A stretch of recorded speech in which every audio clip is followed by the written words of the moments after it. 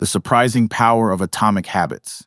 In this chapter, the author focuses on how just a few minutes of activity on a daily basis can make a big difference in our lives. If you can get 1% better each day for 1 year, you will end up with 37 times better by the end of the year. For example, going to a gym for 3 days would not make you healthy. Writing for 1 day would not make you write a book. It seems to make a little impact, but the impact of what they deliver over the months and years is enormous. Focus on the system, not on goal. Everyone wants to be successful, but it is only when you implement a system of continuous small improvement that will give different outcomes. We think we need to change our result, but the results are not a problem. What we need to change is the system that causes the result. Winners and losers have the same goals.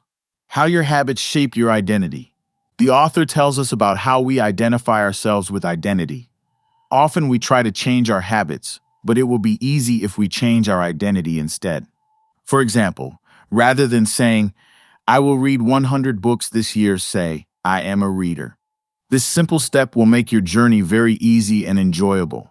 True behavior change is identity change. You might start a habit because of motivation, but the only reason you will stick to it with one is that it becomes part of your identity. But understand the goal is not to read a book. The goal is to become a reader. The goal is not to go to a gym once, but the goal is to be a fit person. The focus should be always on becoming that type of person, not getting particular outcomes. Build a habit in 4 simple steps. In this chapter, the author is talking about a psychologist named Edward Thorndike who studied the behavior of animals to understand habits. From there, it comes out to be that the process of building a habit can be divided into 4 steps. Cue, craving, response, reward.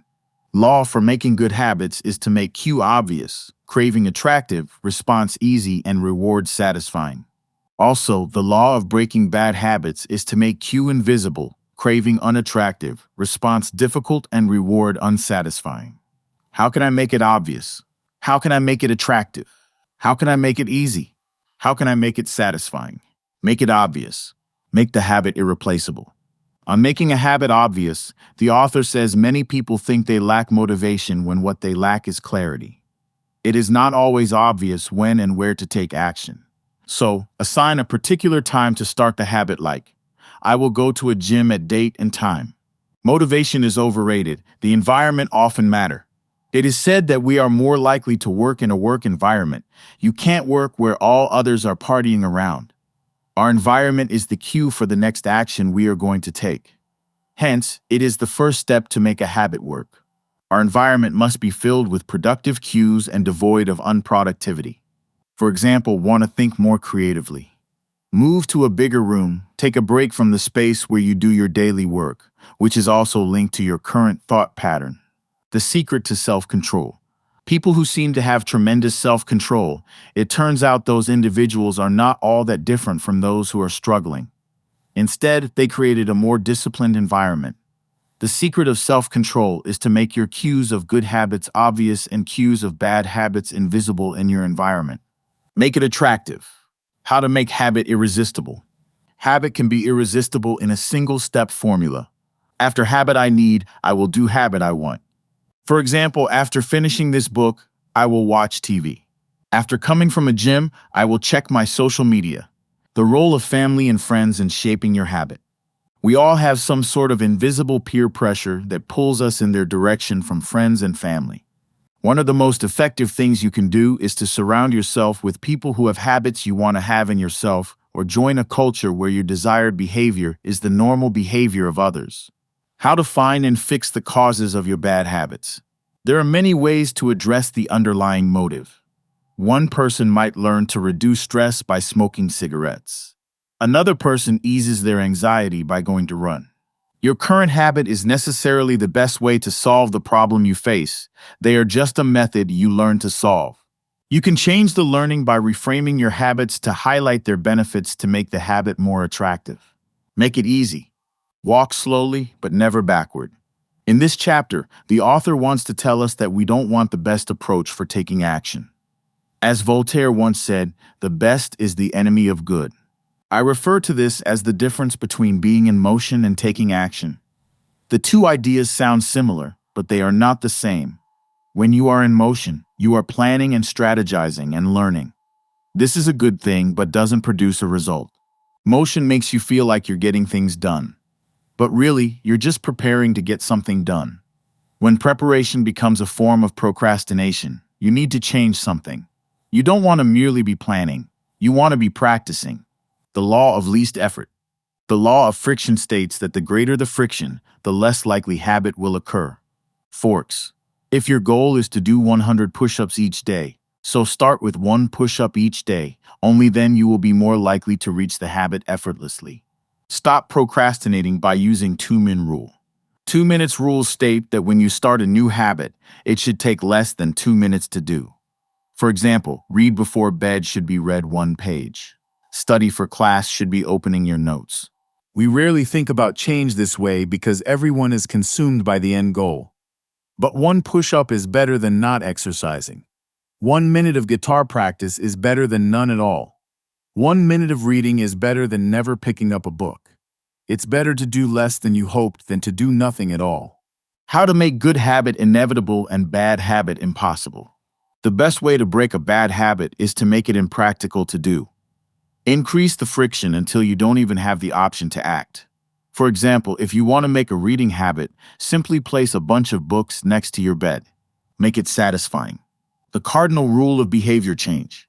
This rule states that what is rewarded is repeated and what is punished is avoided. It is said that at some point, success in the near field requires you to ignore an immediate reward in favor of a delayed reward. An immediate reward system can be useful in your habit-making process.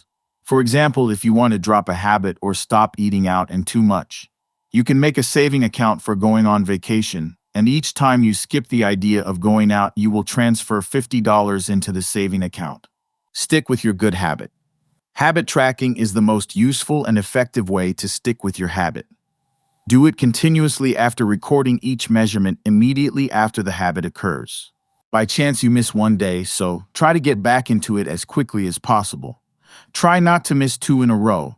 This is a distinguishing feature between winners and losers. Anyone can have a bad performance, a bad workout, or a bad day at work. But when successful people fail, they rebound quickly. The breaking of a habit doesn't matter if the reclaiming of it is fast. How an accountable partner can change everything. Knowing that someone is watching can be a powerful motivator. You are less likely to procrastinate or give up because there is an immediate cost. How to go from merely good to being truly great. When genes matter and when they don't. We all know we have different natures and our personality type. So we should also choose habits that are easier to perform and more satisfying to stick with, when they align with our natural inclination and ability. You don't have to build the habits that everyone tells you to build. Choose the habits that best suits you, not the most popular one. Explore the different options by asking yourself these type of questions. What feels like fun to me, but work for others? Where do I get greater returns than the average person? What makes me lose track of time? What comes naturally to me? Goldilocks rule: how to stay motivated in life and work. The Goldilocks rule states that humans experience peak motivation when working on tasks that are right on the edge of their current abilities. Not too hard, not too easy, just right. The downside of creating good habits. You assume you're getting better because you're gaining experience. In reality, you are merely reinforcing your current habits, not improving them. Some research has shown that once a skill has been mastered, there is usually a slight decline in performance over time. Usually, this minor dip in performance is no cause for worry. You don't need a system to continuously improve how well you brush your teeth or tie your shoes or make your morning cup of tea. With habits like these, good enough is usually good enough. The less energy you spend on trivial choices, the more you can spend it on what truly matters. Habits deliver numerous benefits, but the downside is that they can lock us into our previous patterns of thinking and acting, even when the world is shifting around us. Everything is impermanent.